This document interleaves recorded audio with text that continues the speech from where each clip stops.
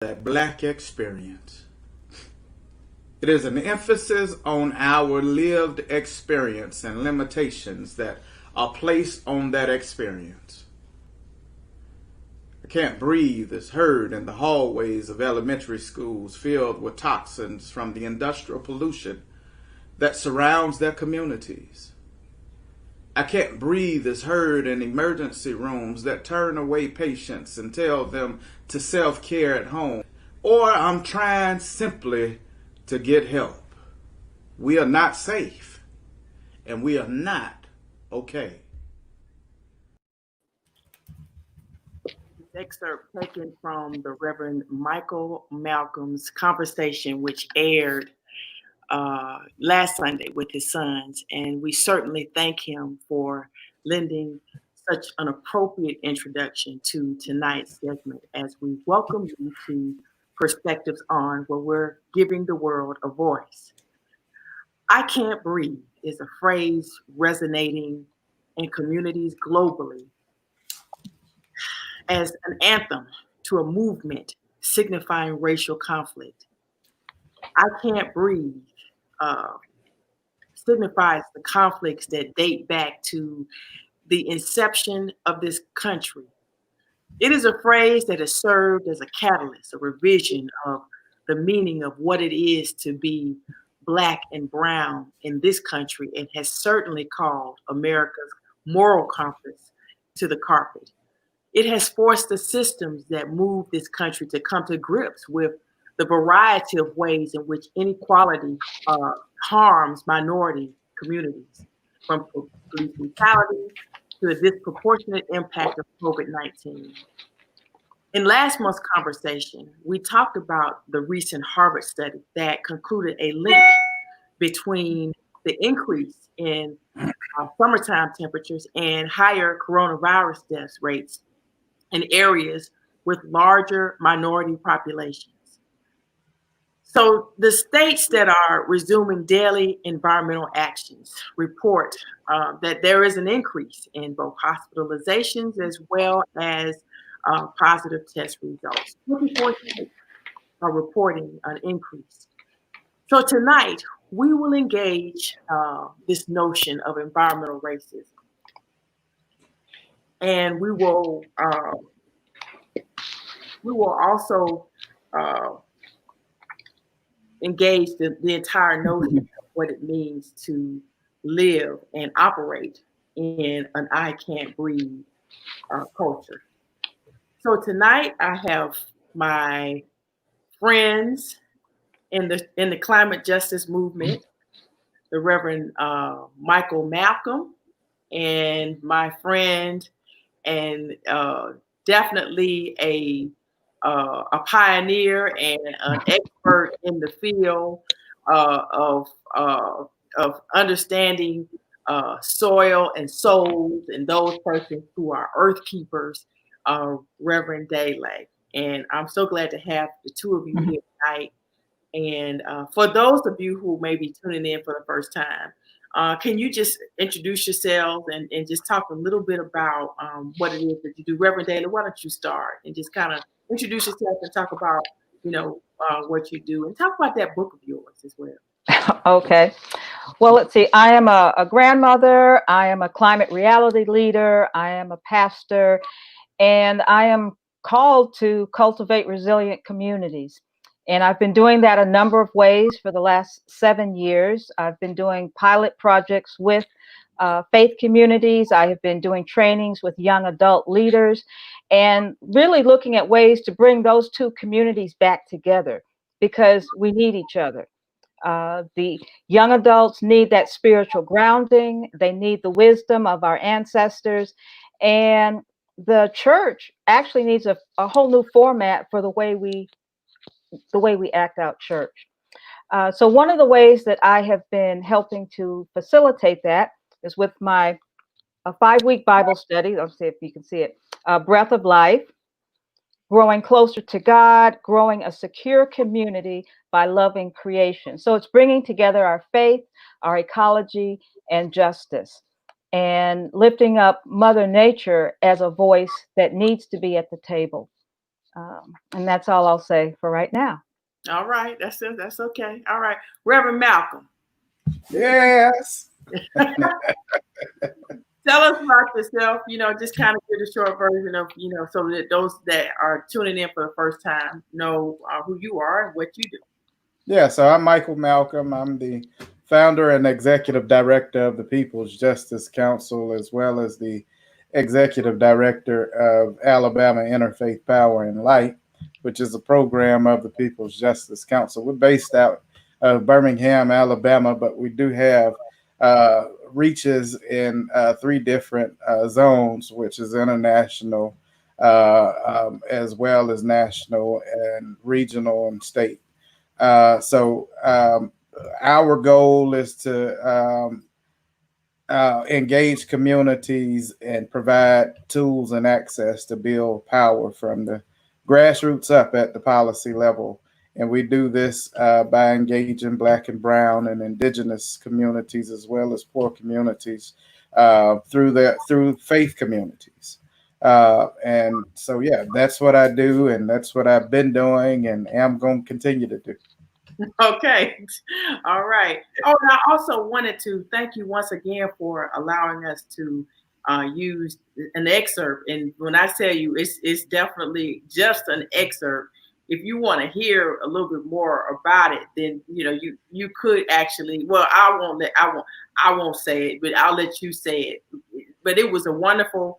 I had an opportunity to listen to a good deal of the conversation you had last week with your sons, and was blessed and enlightened. And I love what you said about the little, I call it a sermonette. You know, I don't know what you would call it, but it was beautiful. And I just want to thank you again Thank you for allowing us to use it as our intro. Talk just a little bit about that conversation last. Yeah. So, well, just as you, I've had some interest in reading the Harvard article as well, and or learning about it. I even had an opportunity to interview one of the authors or the main contributor of it. Mm-hmm. And we definitely saw the tie between the environmental injustices that we face in communities of color, as well as COVID, um, um, as well as poverty. And so it tied it all in, and showed how these are just each condition exacerbates the other, which creates a perfect condition for COVID to attack the body. And unfortunately, because it happens to Black and brown bodies most times, it's overlooked. And so I wanted to have a conversation with my sons to kind of get a feel for how they were feeling in the midst of COVID, as well as having to deal with being Black while COVIDing, dealing with the death of George Floyd and the uprisings or acts of liberations that we've experienced. And so, and we agreed that we would not just have this conversation, but we'd have this conversation openly and put it on full display for the world to see and hopefully to learn from. I know I picked up a lot from it. One of the things that I heard my son say that really kind of stuck with me and still sticks with me, that I found extremely troubling. He said, Daddy, this is not anything new to us. We see this every day. He said when we were living in Alpharetta, we'd get pulled over every day. And what was sad was I grew up in East Atlanta, and I didn't go venture into Alpharetta because that wasn't somewhere we were supposed to go in my time of growing up. And so I didn't venture over there. But every day when I was growing up in East Atlanta, when I started driving, I'd get pulled over. And it just goes back to look at even the title of what you have now, and that I can't breathe. Not only do we suffer from pollution, but we suffer from harassment from policing. Right. Not only do we suffer from harassment of policing, but we suffer from the determination to keep us in poverty. That's right. And And that brings me to our the first thing that we talked about covering tonight was making sure that my viewers, especially who may not be as you know may not be as learned, if you will. I hate using that word, but in the field of environmental justice and climate justice, I want to make sure that we have a good, solid understanding. That my viewers have a good, solid understanding of what climate justice is, and how that definition is related to environmental racism. And so, can either one of you expound on that? Because I don't want to trust my definition at all, because I'm new. I'm kind of new to this. Either one, it doesn't matter. I just want to talk a little bit about origins. I'm going to pass the baton to Reverend Malcom very quickly. Because what I want to bring to people's attention is that the whole environmental movement is funded by 10 different people. I mean, we know everyone who is putting money into the movement. And as the terms have changed, they have maneuvered the way they spend their money, but we have to be very clear that the whole narrative is not a narrative that we have put together. And so then we're constantly fighting for meager resources in order to make sure we can breathe and make sure that our neighborhoods, are healthy and whole, and that the soil is good and that the water is good.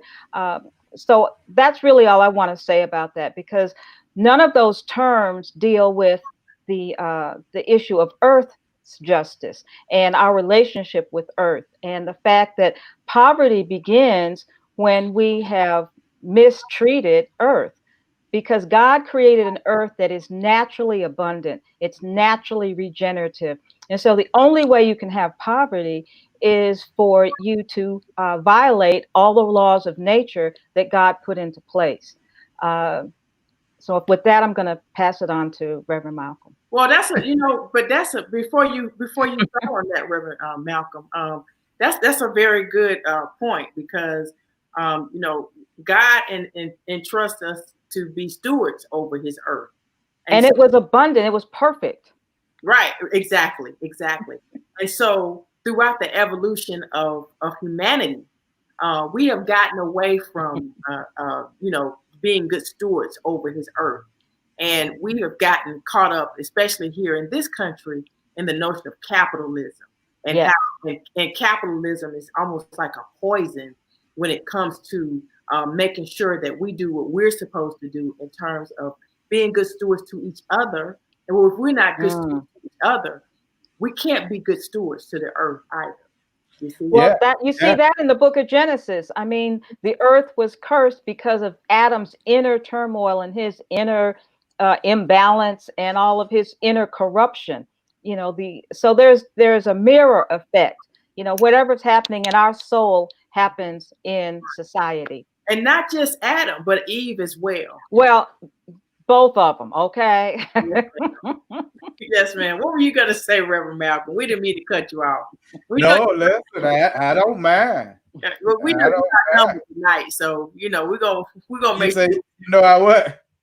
We know that you're outnumbered tonight for right now. Right. That's why I say I don't mind. Listen, I sit back and enjoy. I know when. No, when we look at even with what Reverend Dele said with what she described as earth justice, and that missing component when we look at climate justice, that term is really about missing things. She also described how the funding world works in this movement, and let's go back and look for a second at really. And I know you want me to answer this definition of climate justice, but I really want to talk about how we got there in the first place and what's missing. Sure. And so back in 87, there was a report that was done by the United Church of Christ called Toxic Waste and Race. And this was the first report that was ever done that looked at environmental justice, or environmental racism is what it was called. And Dr. Benjamin Chavis coined the term environmental racism. Well, there was some folk got together. They didn't really, white folk weren't really comfortable with that word environmental racism. It changed to environmental justice. People weren't as comfortable with environmental justice because of who carried environmental justice. So it changed to now we have climate justice. And each time we've lost something at the changing of each turn. When it was environmental racism, it was about people that were being assaulted, or people that were being attacked. And there were protections that were being fought for these people that were being attacked. When you changed it over to environmental justice, we started looking at more of land use. We started looking at more of the planetary injustices and all of this stuff. And then we changed it over to climate justice, and now we look at more of the planet than we do the people. The people have really just been kind of removed, as well as what what Rev Dele was saying with the land. It's just completely removed out of the conversation. I like what he said about land use, because the question that comes to my mind is, whose land use? You know, the land use of the people who are polluting, who have the money, who have crafted this idea of development, which means that, you know, certain people have to be put out of place and have to be put into poverty. Or are we talking about land use with the indigenous people who know how to take care of the land, who know how to feed people, who know how to use the medicines, who know how to keep the air and the water clean? Whose land use are we talking about? And so I think that's an excellent point. I like that. Reverend Dele, when I was speaking of land use, I actually was speaking of what they call LULUs, legally unwanted land use. And it does go back to what you were saying as far as the building and stuff like that, but it actually talks about permitting. And again, really environmental justice as well as climate justice is really about protection. And when they allow for zoning to be commercial zoning in residential areas, people lose protection. And the commercial industry that comes in is often it leaves industrial pollution, environmental harm and environmental burdens are not just the air we breathe. It's also what we hear. It's also what we smell. It's also what we taste. The lack of what we're able to taste because there are no fresh food sources. And polluting environments, you can't even plant your own food. That's true. You see what I'm saying? So you're just stripped. But racism itself, and I'm sorry, I'm just for some reason I'm carrying on, but racism itself is economical. It's always been, it will always be. It's an economical thing. Racism is economical. It's an organism with tentacles in everywhere, and it's saturated globally now. And white supremacy is saturated globally now. And racism is economical. And what has happened is it was decided that Black people would be the working class and the serving class. And it has not changed because there were policies that were put in place to make sure that that was maintained. Right. Okay. And it's still going on to this day. And so when you look at the permits and the pollution and what's allowed in our communities versus what's not allowed in our communities, remember that racism is economical. I can't allow for you to have land because land builds wealth. So if you get land, I've got to pollute that land. So that way that land is now no longer valuable. So you can't build wealth off of that land. Meanwhile, all the good stuff goes over into this land. So it increases the value to continue to build the wealth in our communities. Okay, And don't you come over in my community, because I'll shoot you while you running down the street. Right, while you're running away from me down the street. Don't fool yourself. Yeah, right. It connects. We're gonna try not to get into that conversation. We're gonna end up getting into it, but it's hard not to get into that running away conversation. Well, And Ahmaud Arbery couldn't breathe. Right. We're not hearing it. It's all connected. Mhm. I can't breathe is the Black experience in America. Yeah. And it's And an experience. At this point, it's starting to be the Black experience globally. Yeah. That's why everybody's raised It is. up having It is globally. But again, the first one who can't breathe is Mother Earth. Okay. That's the first person who is smothered and beaten and stripped, so our relationship with Earth, and that's based on some misconception that that's the only way to have wealth, when that's totally false. It's totally false. So there's a sickness, that we have to address, and that sickness is manifested in racism. But that's because it's already been manifested in the way we are disconnected from Earth. Earth is our life support system. What sane person destroys your own life support system?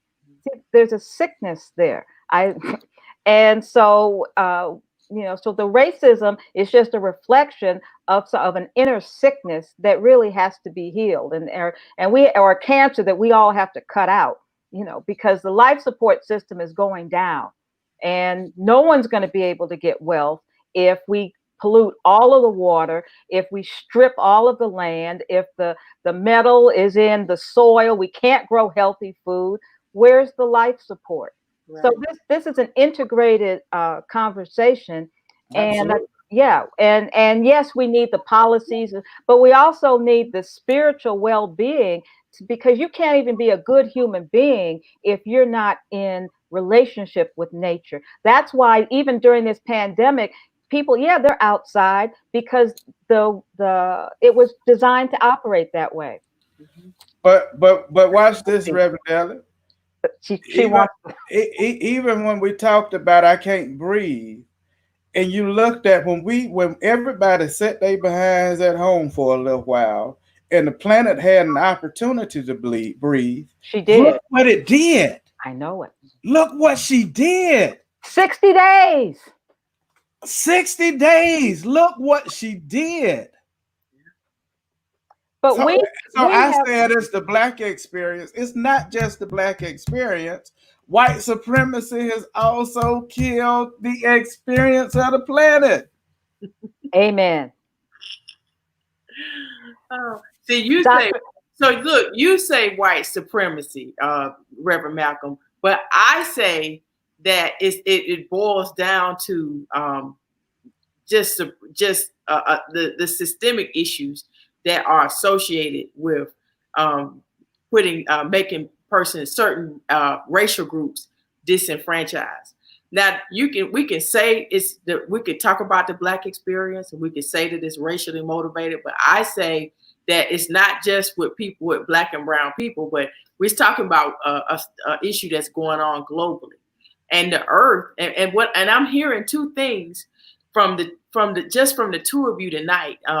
I'm hearing that, number one, it's our relationship with the earth.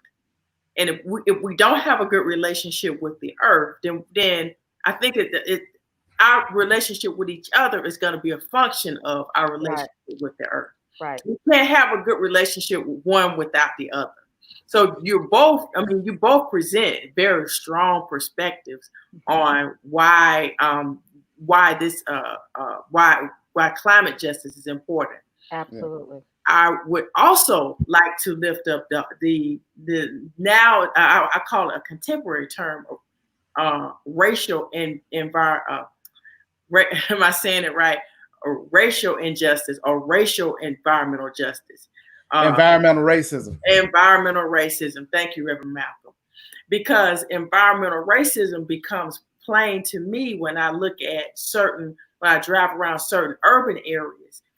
Areas that are densely populated, and I'm seeing things like factories, like electrical transformers. I'm seeing, different things that no doubt affect the chicken plants, processing plants, anything that's going to generate some type of chemical into the environment that's able to make people sick. And when I go and I see these particular types of plants and companies, I see them around low income areas where you have a significant amount of poverty, where they're in food deserts.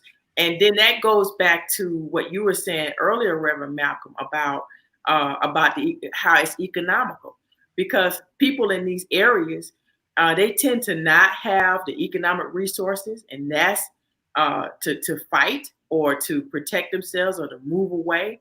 They generally don't trust the system. They aren't engaged in the system, so they don't vote. And so they become more and more disproportionately impacted by certain things that happen in the environment.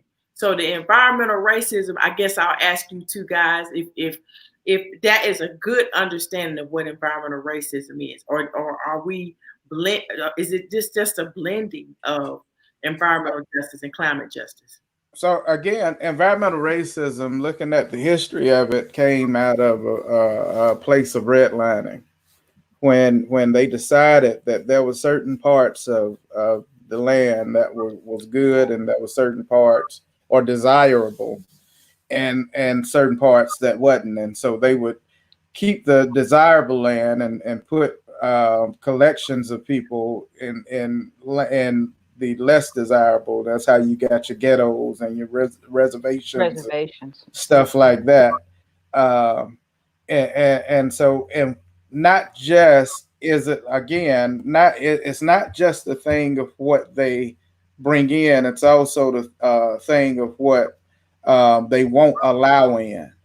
And so anytime that they're permitted to have at least two industries in, 9 times out of 10, that just opens the floodgates, and pollution goes the way of least resistance. So, as you said, economically, when a community doesn't have money to fight, then they aren't heard. However, from what studies have shown historically, it's not about money. Money, even middle class, upper middle class, Black communities have had to sit under pollution, not because of money, lack of money, but because of the color of their skin. That's right. Some of the wealthiest individuals can be some of the people that own casinos, but they still live on reservations. And in those reservations, it's still surrounded by pollutant facilities. And here's what the real damage is, Reverend Dele and Dr. Larry Lane. Here's what the real damage is. The real damage is they allow for these companies to come into these communities, set up shop in these communities, and then subsidize them to be there. Right. They pay them to be there. So which means that they're not profitable enterprises anyway. The property tax that community could benefit from to replenish what's taken out of that community, they lose it totally. So all they left with is the pollution. I think you're underscoring what I was saying before about this being a spiritual sickness, because we have an economy that we call extractive. So it's like it's always pulling stuff out, and it's never putting anything back in. It's never replenishing. We have an economy that is in total opposition to the way God created this planet to work. Exactly what I said about capitalism. Go ahead. Right. Yeah, absolutely. So you have an extractive economy. I would say that redlining began when you took the Native Americans and put them in a whole nother boundary place. You put a line around them, and you made sure that they could not take care of themselves. You put them on the worst piece of land, and you prevented them from having the resources to regenerate the land. And some of that resource was wisdom, was just the knowledge of our culture and our daily living. And so you made that illegal. Okay, it wasn't until the middle 1970s that Native Americans could even worship the way they wanted to work. And that's something that some of us find like 1970, 1974. Okay, it was illegal. You could be put in jail, you could be shot for practicing your indigenous wisdom ways. You couldn't have the sweat lodge up until then. And to me, that's none of us would say, what do you mean you can't worship? That's inconceivable to us. But that's what capitalism does at its beginning. It separates you from your relationship with God. It destroys your relationship with the female leadership within your culture. And those are the building blocks that get us to where we are today. So those are some of the missing pieces that have to be put back together. Our relationships, not only with the land, but with the divine feminine, with women's wisdom and women's way of being. The Native Americans, when they would come to meet with the Europeans, they would say, "Where are your women? How can you make a decision when only half of your mind is there?" Okay. The Europeans made fun of the African kings, called them petticoat kings, because they listened to their women. Okay. So women's wisdom is a part of that missing piece that's been extracted out because it's an extractive economy. It can't work when all the pieces work together in a harmonious whole. But then everything else works in harmony. So there's really kind of a sickness there. Yeah, it is. It is, and I appreciate your perspective on the impact that women play, especially when you speak about the indigenous people. We have a question that says, "What about the rural areas, and how are Blacks affected by this type of racism?" Anybody care to answer that one?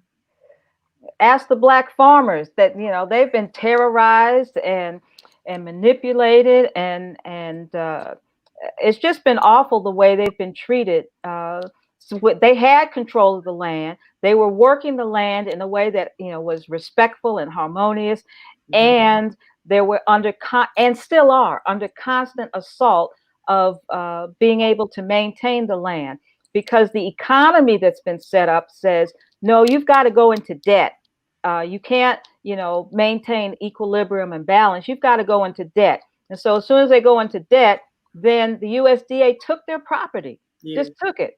I mean, so I don't know, what do you call it? Theft? I don't see it. It's really very simple. Again, it's really about, it's economical.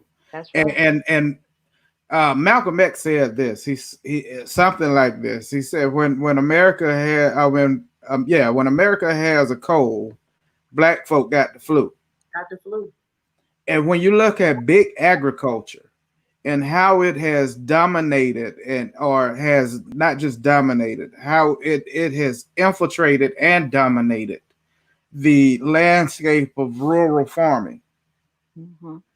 They have put many farmers out of business, but especially Black farmers. Yes. Last of a dying creed. Absolutely. Absolutely. Well, because that's where our strength is. And it's understood that as long as you have a relationship with the land, then you know that there is something greater than this human being who is oppressing you. I think that's something that Bell Hooks talks about. She says when we left the land and we went into the cities, she says we lost that spiritual rejuvenation and that strength that comes from knowing that the white man cannot control the wind, cannot control the rain. You can't, control everything. But we went into a human built environment, then you saw that it is all human control. And so we lost a piece of that, of that wisdom, and we lost, some of that spark. And I think that's why they're trying to drive us, and keep us from being in the rural areas. And not only did we lose when we went to the man-made the cities, when we gave up our land, we also gave up our leverage. Yes. And when you control the land, then you have some say so in how in your stewardship, in the way you engage stewardship over the land. So I'm not real strong on the history of the African American farmer in other parts of the country, but I do know, and I'm learning that in the South, I was very surprised to learn that in certain rural areas in the South, that we had African Americans way back in the I would say maybe about 4 generations ago that owned a significant amount That's right. of land in the South, which was amazing to me. Not That's right. sharecroppers. They Right. That's actually right. own the land. And And through a series of racial tangos with Took it from me. the USDA. they just stole it. The USDA, right? The They land. just stole it. I think the other thing in terms of civil rights and racism, we would not have a civil rights movement if it were not for Black farmers. Okay, because and you can look this up. I'm not just talking off the top of my head. No, because when the civil rights workers came into a community, remember they couldn't go to a hotel, so they had to go to the farms. That's where you had the spaces where they could sleep and eat well. There's lots of food on the farm. And when they got put in jail, they were bailed out by the landowners. Right. Okay, so if you didn't have Black farmers, you would not have had a civil rights movement in the South. So again, you see our liberation and the land are integrally connected. And you're right, it is a piece of leverage, and that is our wealth. And that's what we have to heal our relationship with the land so that our urban people want to be back on the land. See, we've gotten into this environment where some people no longer want to be on the land, but that can be healed. We're working on that. I've seen people do 180 degrees. Well, that's one. Well, Okay. I was just going to say that's one of the things that we're going to talk about on next week. I plan to have, hopefully, I'm talking right now to Mr. John Boyd, who, for those of you who are not familiar with John Boyd led the delegation in the class action suit That's right. the USDA for racial discrimination in their practices, in particularly in rural areas when it came time to provide aid to farmers. And so that's one of the things that we're going to talk about on next week when we talk about maintaining that relationship with the land. And when you surrender that relationship, or if that relationship is severed it's severed against your will, then it just creates another racial divide.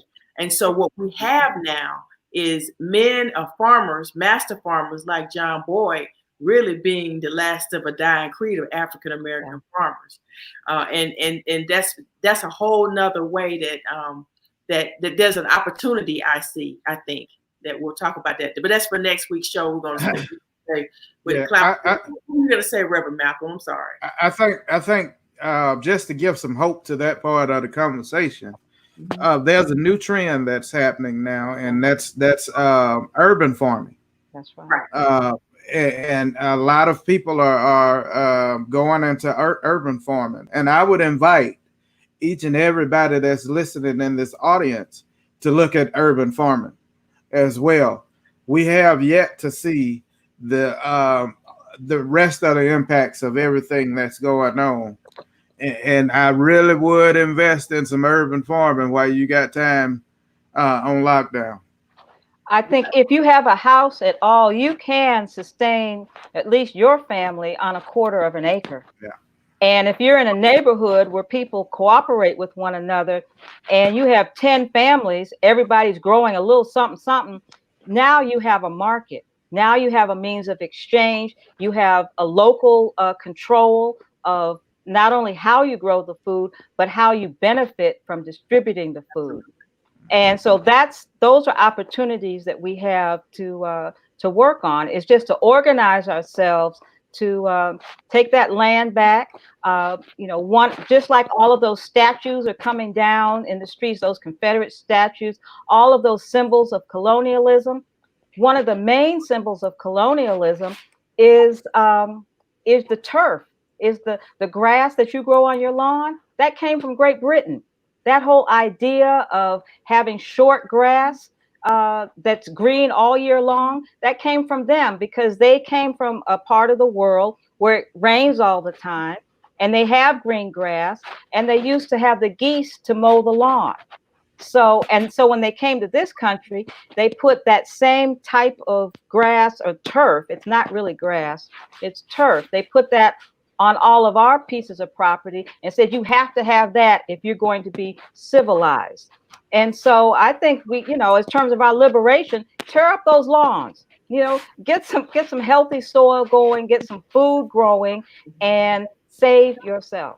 And not only that, but urban farming gives us an opportunity to create economic leverage. Absolutely. That means that we get an opportunity to circulate our own funds into our own community. Yes. And not necessarily taking our money and giving it and feeding it back into the capitalistic system of food. And now that may do some things to the food chain, but I think we need a new food chain. But right, you're creating your own food chain, and so that gives you some economic leverage when you can keep your funds, your money, your own money circulating in your community. So that's another way that, and we see that, racial environment. Tell me the phrase again. Environmental racism. The environmental. We see environmental racism at work when we, especially here in Atlanta, when we drive around and there are people that have to drive 15 minutes to get to a grocery store. And then once they get to that grocery store, then the quality of what's in that store is not that good. But if I go up to Alpharetta, as Reverend Malcom spoke about earlier, then there's a choice. There's a grocery store almost on every corner, and it's different grocery stores. They have 3 or 4 different ones in one little area of town. And if you go 1 mile down the road, you'll see those same 3 grocery stores. Mm-hmm. And the people in that community they're maintaining their economic leverage. Mm-hmm. Okay, by circulating their money into those grocery stores. Well, we have an opportunity here with the trend that's coming in urban farming to generate our own economic wealth. Yeah, absolutely. And so we just need people to buy into that. If you own a home, you sit on a ½ acre of land. If you're in an apartment, you live in an apartment, you can still have put that small garden on your apartment deck. And you can save a few dollars a month when you don't have to buy tomatoes or you don't have to buy certain herbs, And I don't want to get off into that because that's another show. but it all feeds into what I want for my viewers to understand as a working definition of environmental racism and climate justice. What were you going to say, Reverend Mike? I keep cutting you off. You outnumbered, right? No. You're fine. I'm just listening. You're fine. Well, environmental racism, just to make it plain, environmental racism is about the things that they allow to come into communities to prohibit life in those communities. Mm-hmm. Mm-hmm. Climate justice is about the things that we do to the planet to destroy life for everybody on the planet. Environmental racism deals with the lack of protections for particular people or specific people. It actually has targets. Climate justice has a target, but it's about the planet. It's not so much about the people. Though they do marry the two. And don't get me wrong, I do use climate justice just because it's common language. But I really believe that we should bring back environmental racism. I really believe we should explore environmental racism because it has not changed. I agree because it brings together both of those sicknesses, right? The sickness against the planet and the sickness against the people. And it makes it plain that we still have to work on it. Uh, if you had justice, you would have balance and you would not have a problem. And so that's, you kind of get this false sense that everything is okay. Um, but when you use the term racism, you know things are not okay. The people are not okay, and the land is not okay because we're a mirror of each other. And so I would agree with that. Okay. Okay. Okay.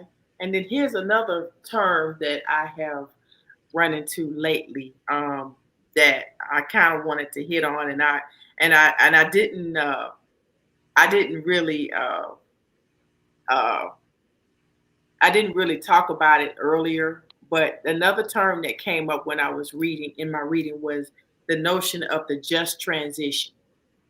And that just transition, brings together that whole what we talk about when we use that word intersectionality, and how that just transition is a result of bringing together all of the systems that are at work the those persons, affected persons, come together. We bring those systems together, and then we transition. We create a transition between what's happening and something better. Um, and I don't even know if I'm really defining it correctly. That's Reverend, all. I saw you Yeah, let me. your head, Yeah, so I'm gonna defer to yeah, to you to yeah. define So that. when we start looking at just transition, we know that the planet needs we need to alter systems in order to save ourselves from planetary destruction. Correct? Right. And so when we look at the systems being altered and replacing systems and dismantling systems, we also want to protect those who might be harmed by the replacing of those systems. So say we want to phase out fossil fuel. We need fossil fuel is destroying the planet and it's killing us. And so we need to absolutely phase out fossil fuel. Well, now we've got to look at what we all have put in place to replace it, how it will affect those who are being replaced by this, whose jobs are being replaced by this fossil fuel going away. We look at what it damage it might do to the planet. So you look at it from an ecological perspective Mm-hmm. and try to alleviate as many harms as you can in the transition. Mm-hmm. Mm-hmm. And so it's not just about I bring. think, Oh, go ahead, Reverend Dale. Go ahead. well, I was just going to add just a small piece that the just transition not only includes changing the economic equation, it's also a transfer of knowledge. Okay, so there's that wisdom of how do you take care of the land in a way that is regenerative, just like in farming. Okay, they've created a farming system that's really more like mining. Okay, because when you mine, you take stuff out of the land, you take all of the fertility out of the land, and that's the kind of farming that we have right now. That's why you have to have all these chemicals, and why farmers are going into debt, because the practice that you force people to use is an extractive one. And so now that means we have to go back to our ancestral knowledge of, well, how do we farm in a way that the land is preserved? How do we farm in a way or grow food in a way that the fertility is enhanced? Okay, so in order to do that, you have to transfer knowledge from your ancestors, some of that indigenous wisdom. Because when the Europeans came here, they thought that the indigenous people were hunter gatherers, but that was not necessarily true. They had learned to grow large quantities of food in a natural way that didn't require you tearing up the forest, or it didn't require you tearing up the field the way God had put the fields together. So they found places where, say, blueberries grew naturally, and they just kept expanding and expanding and expanding that land. So within the context of that whole area's fertility. The same way with their fishing expeditions. They fished, they had fishing schools, they learned how to farm their fish in a way that it was not separate from the whole ecosystem. So Because we're a mirror of yeah, each so other. that we have to relearn some of that indigenous wisdom. So there's a transfer of knowledge, and the people who have that indigenous knowledge need to be compensated. Okay, and so that's where we start to re-engage some of that economic exchange. We need to change who is getting paid for what. Okay. Absolutely. Absolutely. I just looked up the definition according to the Climate Justice Alliance. What do we mean by just transition? They said just transition is a vision-led, unifying, and place-based set of principles, processes, and practices that build economic and political power to shift from an extractive economy to a regenerative economy. That hits on a whole lot of levels what you were talking about, Reverend Dele, especially when we talk about changing who gets paid for what and how. Right. And I think that's where the entire notion of the way some are applying the notion of intersectionality, right, the definition of just transition, because it's not just one, it's not just a cut and dry cookie cutter solution. It brings it's place-based. It's about this particular neighborhood, this particular community that's made up of 3 or 4 neighborhoods. It is very place specific. Who are the people there? What are their skills? What will the land hold in that particular area? All of those conditions are supposed to be evaluated. And so it isn't something that one person, from across the country can run around and just plant this here. No, it requires that people come together. You have to participate, okay? And you have to participate within your geographic area. And I think that's something we've been led into an economy that requires us to work outside of the place where we live. And so where we live, sometimes, particularly in impoverished communities, that space has gone down. But when you leave to go to work, you're going uptown, you're going to where all of the money is circulating, right? And so we have to change that and realize that knowing your neighbor, being able to work with your neighbors, all of those are going to be principles and practices that have to come into play.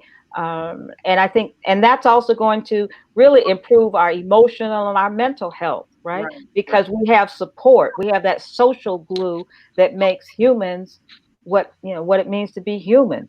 Well, and it definitely requires a holistic approach to solving problems and a lot of planning. I mean, it's yes. You plan how you're going to get there and when you're going to get there and who's going to be there who you're going to meet there when you get there. And so that's very important. And that brings me to the last part of our discussion when we talk about, well, what is it? What are some solutions that people we've spoken a lot about, what the problem is, but what are some solutions? What can we do to be proactive about unifying? And I guess that's probably one solution. Make sure we unify the conversations. But what else what can we do, or how can we expound on unifying the conversations about resolving this environmental racism? So you have to go back and look at it from the lens of it's all connected. And you have to make those connections that allow you to see that a knee on George Floyd's neck is no different from that policy that sits on that politician's table that allows for that polluting facility to come into your community. You have to see that there's no difference between that polluting facility coming in your community and the lack of fresh food sources that aren't in your community. you've got to know that it's all connected. When you say Black Lives Matter, you've got to say all Black lives matter in all situations. And so you're looking at it economically, you're looking at it socially, you're looking at it from a physical standpoint or a medical standpoint. You're looking at it spiritually, because we didn't even touch on, as faith leaders, and I'm almost ashamed of myself that we didn't even touch on the fact that our churches right now and our institutions of faith are saying they can't breathe because they don't know what in the world to do with opening, and they getting all this disinformation from all these different sources. Yeah. And so spiritually, we can't breathe. We can't. And that's why this book is called Breath of Life. You know, okay. I think if I can just say two points, that's really the purpose of Soil and Souls, is to help the faith communities mobilize, is to give the faith communities a template and a blueprint for how do we come together to address our economic concerns, how do we come together to address our ecology concerns and our social concerns. And we do it, again, with a spiritual grounding. Okay, because actually, the Word of God has all of that in there. We've just thrown it out the window. And we need to remind Christians that these principles are in the Word. And when we come back together, we can do this. One of the problems that I've seen as I've gone up and down the Eastern Seaboard is that everyone's trying to do it by themselves. Everybody wants to be the man, but you cannot do it. You cannot be sustainable by yourself. Okay, so the program design that I've put together brings together a minimum of 5 faith communities that begins that conversation. They begin to covenant with one another. How will they help each other with their individual sustainability projects? So it's recreating a kind of barn raising ethic, and it's rooting it in the faith communities, because that they're the most sustainable institution that any community has. Okay? Yeah. And historically, the Black church has always used a cooperative business model for when they want to empower their community, beginning with Reverend Allen in the 1700s, moving up with Marcus Garvey. All of these people have used a cooperative business model in order to make sure that wealth recirculates within our community in a way that we can benefit and the way that we can control it. And so now we are aware that we have to include land management into that particular way of reconstituting ourselves. And so that's what Soil and Souls does, is we go and we help communities do that. And we specifically work with the young adults, because that is a missing niche in many churches. They are primed for leadership, but we have to allow our spirituality and allow our religious words to make room for the next generation, because we're all evolving, we're growing. That certainly is one model of one way for us to resolve issues. And Reverend Malcom, I do want you to talk about what is it, Alabama Power and Light?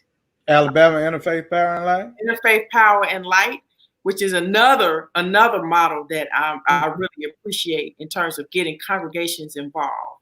Can you talk a little bit about that? Yeah, well, I actually want to talk about a few different ways that people can get involved. As I've said, what would it look like for communities of faith to actually adopt a nonprofit in their community and work with that nonprofit in that community to fulfill its mission, being that it's helping those that community of faith serves? I am the executive director of Alabama Interfaith Power and Light. And some of the things that we do as Interfaith Power and Light is we establish green teams in churches to go in, or not just churches, but congregations, to go in and look at energy efficiency in those congregations, to look at how they could become zero waste churches. Things of that nature. on a local side, an activist or an advocacy side, you can always rally your congregation to have visits with your legislation on behalf of the community, and even going into the local, the most local, speaking with your community representatives, your House representatives, speaking with some of your council members, uh, but being able to be that voice again for the community as we look at how we will breathe as communities of faith in this time, when we are on lockdown and no one can really be safe and fully safe gathering. We need to look at different ways of operating and learning how to breathe outside of the norm. And I think what Reverend Dele has offered with getting out in the soil and planting trees and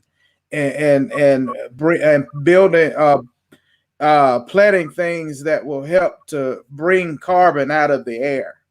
Learning that as faith leaders, learning about environmental racism, reading books on Dr. Robert Bullard, learning about the things that are happening in your own community that you can rally your congregation behind, and you can even find some more material to preach on. Absolutely. Whoa! I think the one model that we have not lifted up is the CSA model, community supported agriculture, where churches contract with Black farmers. Okay, Right. these people are already in the business of generating good food. Churches, when we used to gather, we would, we have our traditional times of meals, right? We have our pastors' anniversaries, we have a missionary luncheons, we have times when we're buying food. Many people for their food pantry are buying food for their food pantry. Instead, you could contract with a farmer or with several farmers, because you would need to contract with several farmers so you would have a diversity, a well-balanced diet. You could make that a very simple transaction. So that's another model. Right, right. The Uh, other thing that I wanted to mention too is that there is a congregation in Baltimore, Maryland, that is sponsoring the Black Church Food Network, and they are actually pulling congregations together across the country to start urban gardens, or if they're rural churches, to start gardens on their property. Just to support the community. It's a means by which to support the congregations. And so the Black Church Food, make sure I'm saying it right. Black Church Food Security Network. Food Security Network, right? Yeah, Thank you so much. I've been there. They're doing good work. They're a part of Green the Church. This is something else that another avenue that I want to speak to your audience about. Communities of faith, in particular faith leaders, look up Green the Church, in particular Black faith leaders. Yes. And I'm going to go even further and say, in particular, Black faith leaders that came out of ITC. Because Green the Church is one of our classmates. That is the Carroll family. And they are doing extremely excellent ministry in this whole. The things that I'm talking about now, I've learned a great deal from them. Yes. So these are solutions that, and we'll talk more about it on our next month's show, where we talk about environmental justice. We're going to start talking a lot about solutions, because I think we've been talking about. I know environmental racism since Dr. Robert Bullard got the movement started back in 1979. Am I right? Yeah. So we've been talking a lot. I mean, the conversation preceded him, but I don't think it was clearly. I think it was Dr. Bullard that actually He put it in the paper. Right. He actually exactly. He put it pen to paper and really brought the community into awareness. And so we're going to talk a lot more about solutions. And I like what we've talked about tonight. It's time for us to draw our conversation to a close as usual. I don't want to say that we're ending this conversation. It always seems as though we're cutting off the conversation once we get into it. So we will definitely, on this particular Thursday, I believe this is the second Thursday of this month. I'm not looking at a calendar, but we will resume this conversation on climate justice and environmental justice. We were supposed to have a special guest to join us tonight, and I think that the Reverend Dr. Rev Dele was delayed, and so he was not able to join us on tonight. But hopefully, he has promised that he will be with us on next month, and so that's going to be. I know that it's going to be definitely an exciting conversation. Tune in on tomorrow night. On tomorrow night, we have a very special edition of Our Perspective On. Tomorrow night, we will be focusing in on celebrating the Black man from the street corners and prison to the boardrooms. We plan to do a full hour, myself and other colleagues and female colleagues. It's an all-woman panel. We plan to do a full hour of giving love, honor, homage, and respect to our kings and our princes, our fathers, our brothers, our cousins, our uncles, our bosses, and our friends. Just a full hour of positive affirmations with everything that's going on with our African American men that has been going on historically, particularly with African American men, with society, within our homes, within our communities. We thought that it would be it's high time that African American, in particular African American women, come together and lift up our Black men so that they don't feel completely disenfranchised. This is a pep rally for the African American male. So tune in tomorrow at 6:30 and you will be blessed. Tell your fathers, tell your sons, tell your uncles, tell your friends, your boyfriend, your husband, whoever. This particular hour on tomorrow night is going to be for them. Share it, log on, ask questions, but we're going to really be lifting up the African American male for who he is as our kings and our princes. So, join in. And the second thing is that if you have an opportunity, if you want to know more information about what Perspectives On is doing in terms of our scheduling and our upcoming events, because one of the things we said we were going to do is have a social justice camp for children ages 13 through 17. That's coming up. Visit our website at www.perspectiveson.org. And you can sign up for our mailing list. Please sign up for our mailing list. If you're tuning in to YouTube, subscribe to our YouTube channel so that you'll receive reminders. You'll know you can always check out the replays of our shows. And so all of those things I wanted to remind us of before we close out. Do we have any final words from Reverend Dele or Reverend Malcom? Reverend Malcom, you were ready to say something. Tomorrow, look for me on Facebook at 11 o'clock a.m. Eastern Standard, 10 o'clock a.m. Central Standard. I'll be presenting with Mom's Clean Air Force. And I just found out that Dr. Bobby Rush will actually be on the panel with us. Dr. Bobby Rush, Senator Bobby Rush, is Black Panther. So I'm excited about that. I'd love to be for you all. And Dr. McLean. Dr. McLean is going to be on there as well. I'm going to be interested in knowing how Dr. Bobby Rush feels about the new Black Panther Party. We'll see what's up. I don't know, but I'm gonna be excited. I'll be excited to be on it with him. And then Saturday, we'll be right back on Facebook again And that one is at 8 a.m., 9 a.m., or 9 a.m. Central, 10 a.m. Eastern.